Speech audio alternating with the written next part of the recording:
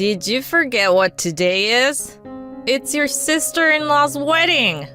Hurry up and get over here! I was confused by the angry voice yelling at me over the phone. But my mother... Who cares? Besides, it's terrible luck to have a funeral on a day like this. My mother-in-law, Crystal, didn't even listen to the rest of what I had to say and expressed her anger towards my mother, who had recently passed away after a long illness. With the encouragement of my father, who seemed to have overheard the phone call, I ended up rushing to the wedding venue in tears. As a result, Crystal lost everything. I am Mandy, a 25-year-old office worker, and I've been married to my husband Jackson for 3 years. We live close to my in-laws, where Crystal and her daughter Amelia live together. My father-in-law Mike works away from home, so Amelia moved in to look after her mother. Although I get along well with Amelia, it seems that Crystal has not really liked me since before I got married, and we don't have a very good relationship. My mother had been in and out of the hospital with a long-term illness, and Crystal has been quite disapproving of this. You're not thinking about using Jackson's salary to pay for your mother's hospital bills, are you? She once asked me, casting a suspicious gaze. My mother was 55 years old, and my father was still very much active, so I explained multiple times that there were no financial concerns. However, she dismissed me with a snort, saying, "But you never know what might happen to your father, do you?" Since getting married, Crystal's attitude towards me has only gotten worse, and I've tried to endure all sorts of harassment and snide remarks. I've talked to Jackson about it several times, but he said, "I don't want to get involved in women's fights, so handle it yourselves." I couldn't show a strong attitude towards my mother-in-law because I was afraid that if I ended up divorcing Jackson, it would cause my mother unnecessary stress. The only person on my side in this situation was my sister-in-law, Amelia. She would stand up to Crystal's sarcastic remarks, saying, "Stop it! That's bride bullying! It's embarrassing!" She would also tell me, "If my mom does anything to you, just let me know and I'll talk to her. Jackson should be the one to do something about it, but since he's a bit of a conflict avoider and a coward, he probably won't do anything." While I was grateful for her support, I felt awkward complaining about Crystal to her actual daughter, so I continued to endure the harassment. Crystal's harassment started from the beginning of our marriage. At first, she would bring expired food to our house under the guise of sharing and say, "As the wife, it's your responsibility to take care of this. Just make sure not to let my son eat it." She would also make unannounced visits on my days off, nitpick our house cleaning, and point out any shortcomings in a nagging manner. However, her harassment escalated over time. She started ordering things online addressed to me, having them delivered to our home cash on delivery, and forcing me to pay the fees. She never reimbursed me and instead accused me of demanding money from her, saying, "It's just a little bit of money. You should pay for it. You really are a miserly person." By the way, the reason she had the packages addressed to me was apparently because the intercom at her house was broken. To be honest, it would be cheaper to pay for the intercom repair than the cash on delivery fee, so I've asked her several times. "I'll pay for the intercom repair, so please stop having packages delivered to our house." But she refused, saying, "I leave that kind of thing up to Mike, so don't do anything on your own." I talked to Jackson about this, but he brushed it off, saying, "The items she orders aren't that expensive, are they? We'll inherit her estate in the future, so just bear with it and pay for now." However, since I was paying for my own allowance, I asked him to increase our living expenses to cover the cost. He reluctantly agreed, making a sour face and saying, "How greedy can you be?" Crystal's attacks didn't stop there. Every time we saw each other, she would sigh and say, "Still no kids? You need to have an heir at some point, or else there's no point in having a daughter-in-law. My mother would regularly check in and ask, "How's married life?" But I didn't want to worry her, so I couldn't bring myself to share my problems, saying, "My husband and his family are all wonderful people, and I'm happy." I felt my frustrations building up with no outlet, and I could feel myself being pushed to the edge mentally.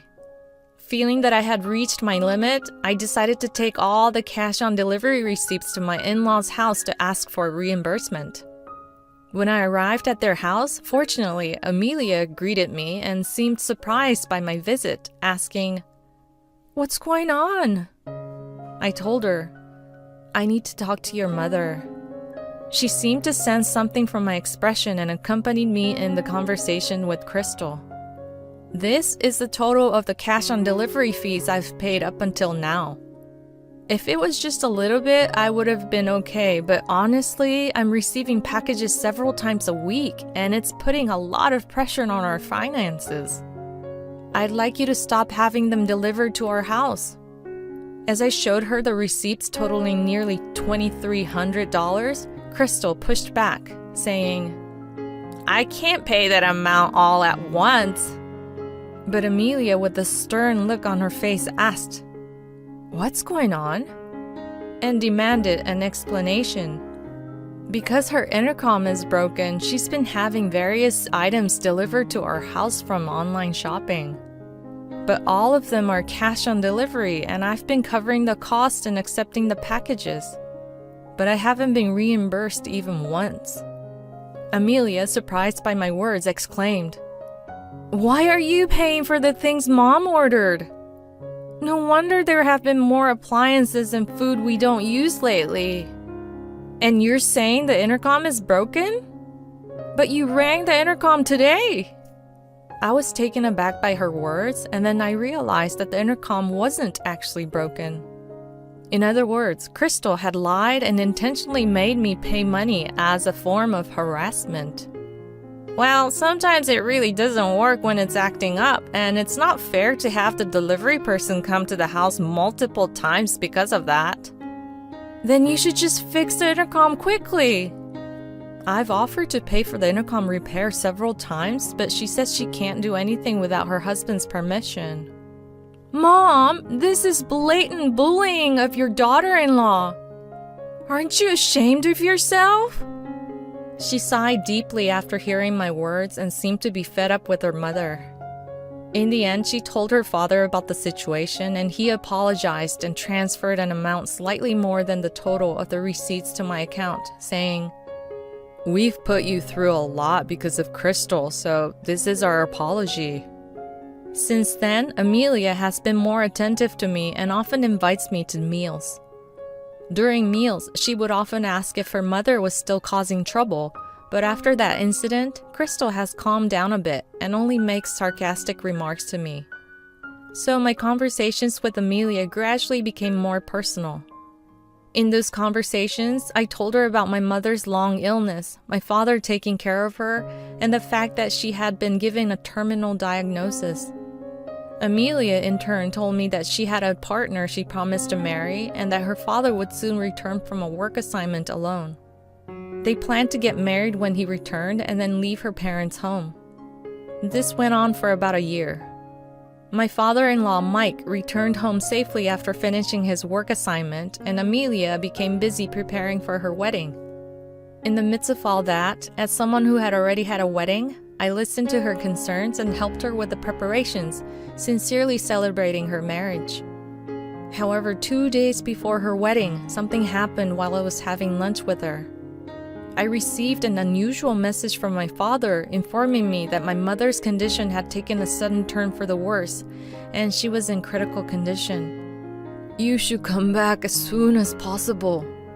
His voice over the phone was filled with tears, and my thought process seemed to have completely stopped, leaving me unable to think about anything. Amelia, noticing my state, gently asked, "What's wrong?" I hesitated for a moment, wondering if it was really appropriate to tell her who was about to get married. But ultimately, I explained the situation out of a strong desire to see my mother. She then said, "Go to her quickly. You don't have to worry about my wedding. I'm really sorry that I can't cancel it since it's only 2 days away. Be with your mother. I'll explain everything to everyone else." With her kind words, I hurried back to my family home and went to my mother's side. As if waiting for my arrival, she briefly opened her eyes and said, "Thank you for coming." She squeezed my hand tightly and passed away peacefully the next day. My father and I managed to hold back our tears and see her off in her final moments. Then we were busy with the arrangements for her wake and funeral. I also contacted Jackson, telling him, "I'll be back once all the procedures are finished." The next day, I attended her funeral, breaking down in tears over memories with her, regrets for not having been able to give back to her enough, and the sadness of losing her. Then I received a phone call. It was from Crystal. As I was in the middle of the funeral, I intended to call her back later, but she kept calling repeatedly. Confused, I eventually answered the phone. "What on earth? Where are you right now?" I'm sorry. My mother passed away yesterday, so I am attending her funeral." "Did you forget what today is? It's Amelia's wedding! Hurry up and get over here!" Confused by the angry voice yelling at me over the phone, I managed to stammer out, But my mother." However, I was yelled at even more. "Who cares? Besides, it's terrible luck to have a funeral on a day like this." I could feel the tears that I had been holding back start to overflow. My father, who was nearby, heard the yelling from the phone as well. "Are you alright?" Amelia was supposed to have explained the situation to her. "I'll take care of the funeral, so you go attend the wedding. Is there still time? If I leave now, I'll just make it. But this is my last goodbye to Mom. Your mother was happy just knowing that she saw you one last time. She wouldn't want you to ruin your relationship with your husband's family because of her. Go ahead and go." He gently persuaded me, and I hurried off to the wedding venue. I changed into the dress I had prepared at home, but my mood didn't lighten at all, and I couldn't hold back my tears even in the taxi to the venue. Somehow, I managed to calm my tears and entered the venue after checking in.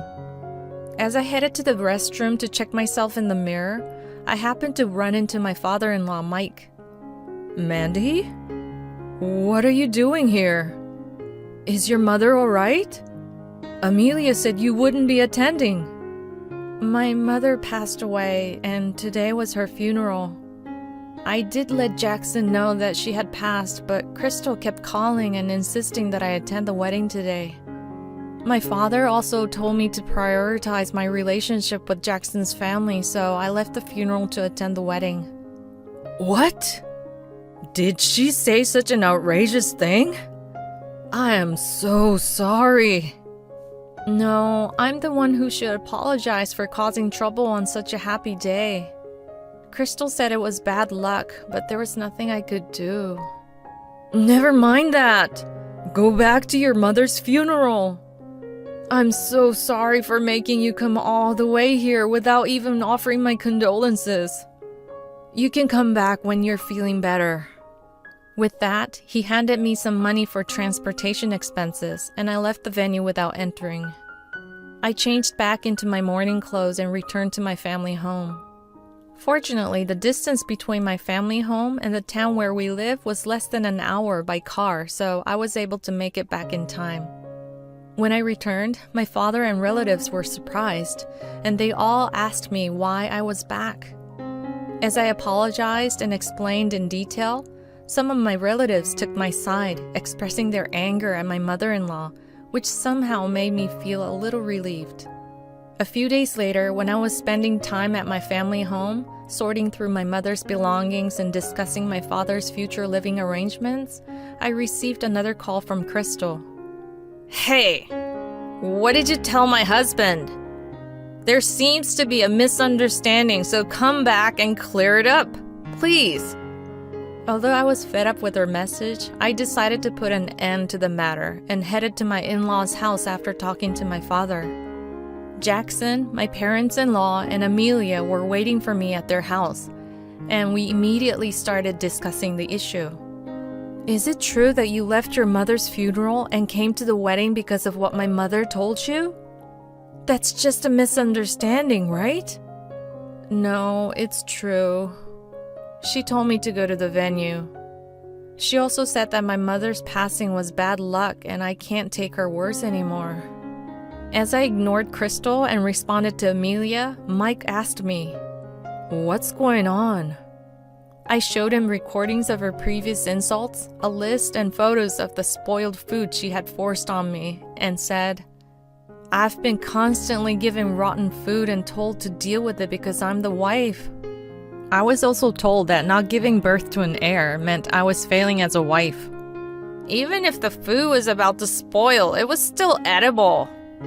But you always told me never to let Jackson eat it, right?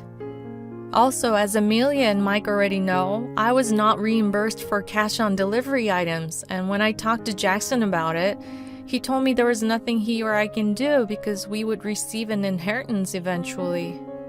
What have you two been doing all this time? You've done nothing but terrible things to Mandy. On top of that, you even interfered with her mother's funeral. He was furious upon hearing my words, and Amelia said, "Using my wedding as a tool for harassing my sister-in-law is truly despicable." She glared at her mother with contempt. I was really glad that I had kept records of Crystal's harassment just in case something happened. However, Jackson spoke up in defense of his mother. "There's no need for everyone to gang up and blame my mother. She must have had her reasons, right? Mandy, you didn't have to say all this here. If you had communicated more frequently, this situation wouldn't have happened in the first place. When I tried to talk to you about it, you always seemed annoyed and there was never any real discussion. Did you really think that she and I could have a conversation on our own?" "Well, that's because you always bring up those issues when I'm tired after work. There's no such thing as timing when it comes to family matters." Mike raised his voice in anger again. Then he told my mother-in-law, "Go back to your parents' place for a while. Since you've caused Mandy mental distress, you should pay her some compensation. Earn that money yourself. Mandy, how much would it take for you to forgive my wife?" No, it's not about the money." "No, if you don't decide, my father and I will." In the end, Mike and Amelia ordered Crystal to pay me $10,000 and decided that she would stay at her parents' place until she paid off the amount and not return to her house. I received an apology from Amelia and Mike, and I thought the matter was settled. But when I got home, Jackson said, "Mom has to go through a lot because you said too much." So I decided to get a divorce. I requested a divorce on the grounds of marital breakdown due to my husband's refusal to do anything about the harassment I received, and we successfully divorced. Crystal, who had been a housewife for a long time, started working part-time at a supermarket near her family home to pay the compensation. As for Jackson, he was disowned by his father, who told him, "Don't think you'll inherit anything." He contacted me, asking me to mediate between him and his father, but I only said, "You didn't do anything when I needed help, but you cling to me when it suits you. You're really shameless," and hung up the phone. Since then, I have moved back to my family home and lived with my father, who is now alone. He seemed quite depressed after my mother passed away, and although he felt sorry for me about the divorce, he said, "I'm glad I can live with you again." From now on, I want to live a peaceful life by his side, supporting him as we move forward together.